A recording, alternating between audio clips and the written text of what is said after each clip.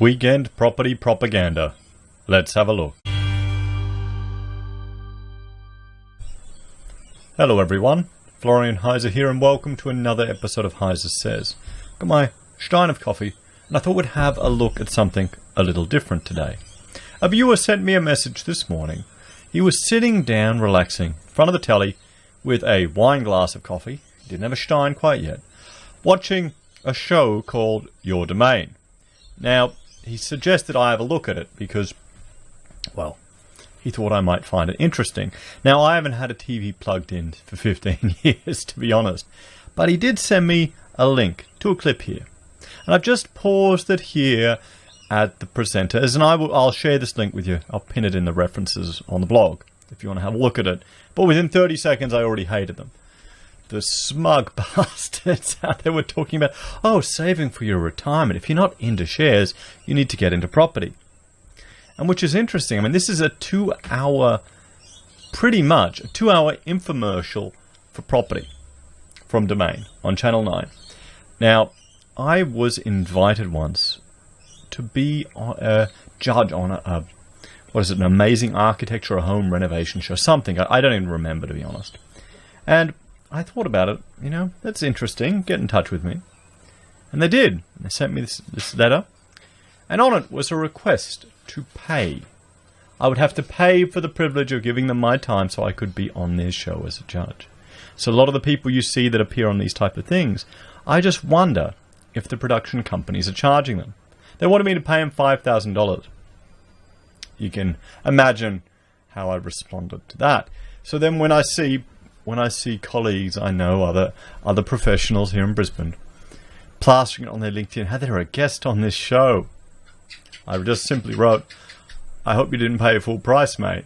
Because it's just a vanity thing. I don't know how much work could come your way out of it, to be honest. At least for an architect. I don't think it'd be much. And, what's the reach? What's the reach? I'm sitting on over 2 million views here on this channel. How many would you get there? Nonetheless, let's have a look at this because, guys, Melbourne auctions. The auctions are going crazy. With those clearance rates that none of us believe, that we have now evidence that they're deceptively overvalued, and there's a definite skew to the positive. If you haven't seen that, go check it out on my blog. But, buyers have hunger in their eyes amid stiff competition. Stiff competition. Well, we'll have to see. We'll have to see. Before we get into it, guys, what do you reckon? Do you think they're going to say it's just going to shoot up and up and up? I mean, let's just bring up some figures here to have a look. Look at that foreign investment a few years ago. That was overheating the market. That's disappeared now. Building approvals. They're completely stale. Arrears rates. They've gone up. What about housing affordability? That's the big question here. And the way to reduce housing affordability, which is never going to happen, you need to make houses cheaper. And houses are dropping. I'm looking mine on the bank there, their valuation's dropped a big chunk. It's not real money though. I wasn't going to spend it. I wasn't going to borrow on it.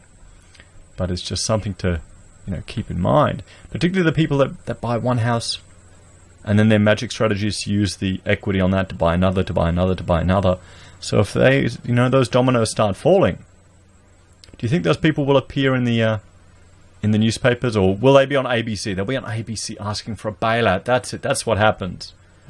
The poor investors need a bailout from the ABC. I'm rambling, guys. It's Saturday. I'm relaxing. Been doing chores all day. Let's have a look. So Melbourne home buyers are fending off stiff competition and stretching past their budgets, even as the amount of properties up for auction climbs to its highest level this year. Well, that's not surprising because the number of auctions or the number of properties has been quite low. Bidders fought it out for well-presented homes across the city on Saturday in the market's first test of 2020. So 1,132 auctions were scheduled in Melbourne this weekend, just short of a super Saturday. Frustrated buyers who couldn't find a home before the end of last year were continuing to drive prices up in the auction market by going the extra mile to secure a property as soon as possible, Whiting & Co. agent Marcus Peters said. I don't understand why you would go to auction for property. I don't get it. I really don't get it. You want it to be a slow process. You want to be able to have time and to negotiate. But is it just this FOMO? Is there so much FOMO out there? You guys tell me when you talk to people, your friends and family, are they worried? Are they saying get in there? Are they saying the cash rate's so super low, get in, borrow, borrow, borrow? Are they watching? I was actually mentioning to a client yesterday. I just was on the phone to him going, have you been watching gold? Have you been seeing what's happening? No idea. Look at gold and silver. The dollar, it's hit 65 cents. I guess, people pay attention to different things. And some of them are watching these propaganda shows. It got him angry. He was telling me he wanted to smash the TV. Which I could understand. Just you guys, you got to watch a little bit of it. I'm not going to play it. I don't want to get striked. But, Mr. Peters on Saturday auctioned a 2-bedroom townhouse in Elwood to a big crowd and 5 bidders. He had drawn plenty of interest in 433 Tennyson Street and gave out about 70 contracts during the campaign. It led to strong bidding, and the auction opened with a high bid of $900,000 from a buyer's advocate. The quoted price range was $850 to $920. For a 2-bedroom townhouse in Elwood. Okay. Nearly $1 million. I guess that's Melbourne. Bidding quickly shot past the reserve of $950,000, and the home sold for $1,042,000. The underbidder, attempting to buy through the buyer's advocate, shed some tears after losing. Shed some tears for not getting into nearly $1 million worth of debt. What happens if we enter a recession and people start losing their jobs, guys? What happens if the dollar plunges? If the dollar, let's bring up trading economics and OECD, and we'll jump over here. So this is the question I got to ask you guys. What happens if the dollar, which is 66 cents, what if that goes down even further because of our dependency and our relationship on China with our primitive exports to China, which is 35% of our exports destination and 24%, nearly a quarter of our imports? What if that slows down?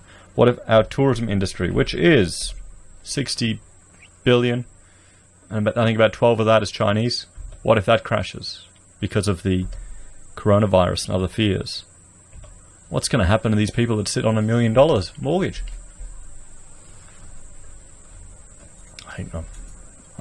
You tell me, guys. You tell me. I guess it just scares me. Mr. Pete, could it be that we have a generation that don't know what tough times are, that don't remember the last recession, that are too young? Could that be it? That only good times are all, the property only ever goes up? Let me know your thoughts in the comments below, guys, because this type of stuff is scaring me just reading it. $1 million? I'd rather live further out. I'd rather live in a crappier house. And I'd rather have a much more reduced mortgage. Because think about it. Here's the real stupid thing. People borrow all this money to buy a house, and then it's just sitting there empty. And they're at work all day. They spend all this time commuting into the city, commuting out of the city, and they probably get home like 6, 7, maybe 9 if they're working hard. House is just empty, sitting there with your crap, and costing you money. Then you go to the weekend, you maybe spend a bit of time there. You're inside reading a book or on your iPhone playing a computer game or something. Or maybe you go out for the weekend, go away. So you're incurring all this debt, all this money for a house that how much time you actually spend in. And then if you work from home, like us, the most important thing you need is fast internet. That's it. I mean, we're convenient. You know, we're just south of Brisbane, Sunnybank. It's actually a real convenient area. We're close to the Gold Coast. We can drive out to Ipswich. You know, we can get to all the areas really quick. You can get in the city pretty quick. Not that I need to anymore. But the prices are, a fair bit cheaper than really in the city. But, so, maybe I'm just not thinking straight. I need to think like a property person. It just always goes up. Just always goes up. Then you go on 60 Minutes and cry to the bank because the brokers lent you too much money. That's it. Anyway, I'm back here. Yep, Sunnybank's a great suburb, guys. If you're looking at buying it young, maybe think about that one ring further out and see if you can adapt your life so you don't need to be going in and out so much of the city. Maybe even, here's an idea, negotiate that you start work an hour later, that you start work at 10 o'clock. So when you drive in, it's like a Sunday. There's no traffic. I did that for a job I had in Brisbane when I was commuting up from the Gold Coast. Best thing ever. Because the problem is from the Gold Coast when you come to Brizzy, the earlier you get, you always hit more and more bloody tradies, all going up to site. They finish at 3 o'clock, so they're driving up at 4. It was nuts. Anyway, back to this. Mr. Peters said the buyers were an older couple who intended to live in the home. So it downsizes. He said there were more buyers than sellers, and it would drive prices up again. There needs to be more stock, said Mr. Peters. Vendors need to be told now is the time to sell. Don't wait. Now is the time to sell. Well, maybe he's right. If we're going to see worse economic times, if we're going to see a crash or a decrease in property values, particularly in Sydney and Melbourne, where they are very high compared to affordability, now maybe the time to sell. What do you think, guys? What do you reckon? Are you keeping an eye on what's happening around the world at the moment? Earlier in Richmond, a 2-bedroom townhouse, not even a real house, a townhouse, sold to owner-occupiers for $1.16 million in another tight auction. 3 bidders contended for $479 Richmond Terrace, with bidding opening at the bottom of the quoted price range. Oh, at the bottom of $1 million to $1.1 million. Is that it? Is that party? Is it just this, guys? Can someone from Victoria tell me if it's $1 million for a shotgun apartment? You kidding? Wow. I mean, look at that. It's tight. Once the home passed the reserve of $1.08 million, Angelus Craig, auctioneer, Elliot Gill, told the crowd it was on the market. The eventual owner stepped into the competition. The underbidder, bidding on behalf of someone else via video call, stretched past their limit a couple of times during the auction. Some of the bidders here passed what their limit was, but that was just how bad they wanted the property, Mr. Gill said. That's the advantage of being on the market. They see the opportunity, and they think with every bid they have the opportunity to buy it. It sold for $1.163 million, $83,000 more than reserve. I wonder why they don't write articles about all the property that doesn't, that passes in. I wonder why. The 40-year-old townhouse needs some improvement. It last sold in '93 for $162,000 and had been an investment property. Not bad. 10x in 30 years? 93? A bit less than 30 years. 25 years. Not bad. Insane. Not bad. Mr. Gill said the vendors were happy with the price. It's been a real good investment for the clients, he said. It's probably a sign of the market now. There's a lot more for sale, but there are a lot more buyers in the market than last year. So we've got some confidence again. So guys, here we have it. This is a snippet, I would say, of the Your Domain show. Are you a fan of Your Domain? Do you watch it with a passion? Can you understand why a fellow viewer might have ruined his Saturday by yelling at the television? Or can you appreciate why you'd watch it with just some morbid fascination. Oh boy. $1 million, 10x return. Well, at last, will we see properties at 10x that? I don't see how with just the affordability issue, guys, that we have now. And this is out of date. It's now 12 times. Anyway, guys, thank you for watching. Please let me know your thoughts and opinions in the comments below. If you're a fan of the channel and you'd like to support us, there are a few ways you can. You can share the videos, get it out to social media, help the channel grow, help more people discover the content. You can support us on Patreon with a small monthly donation. You could also join the channel here on YouTube, which is essentially the same thing, but you get a little badge next to your name and some emojis handcrafted by me. We also have affiliate links for Independent Reserve and Kucoin for the crypto traders out there. If you make a trade, we receive a small commission that doesn't cost you anything. We have affiliate links with Amazon and eBay, where if you make a consumer purchase, we receive a advertiser's fee, which is a few cents to a couple of dollars depending on what you buy, and doesn't cost you anything. It goes to us instead of Amazon. So thank you to everyone who's been using these methods and who's been sharing the content. We also have pocket squares, handmade by Rachel. I need to wear the jacket again to show them off.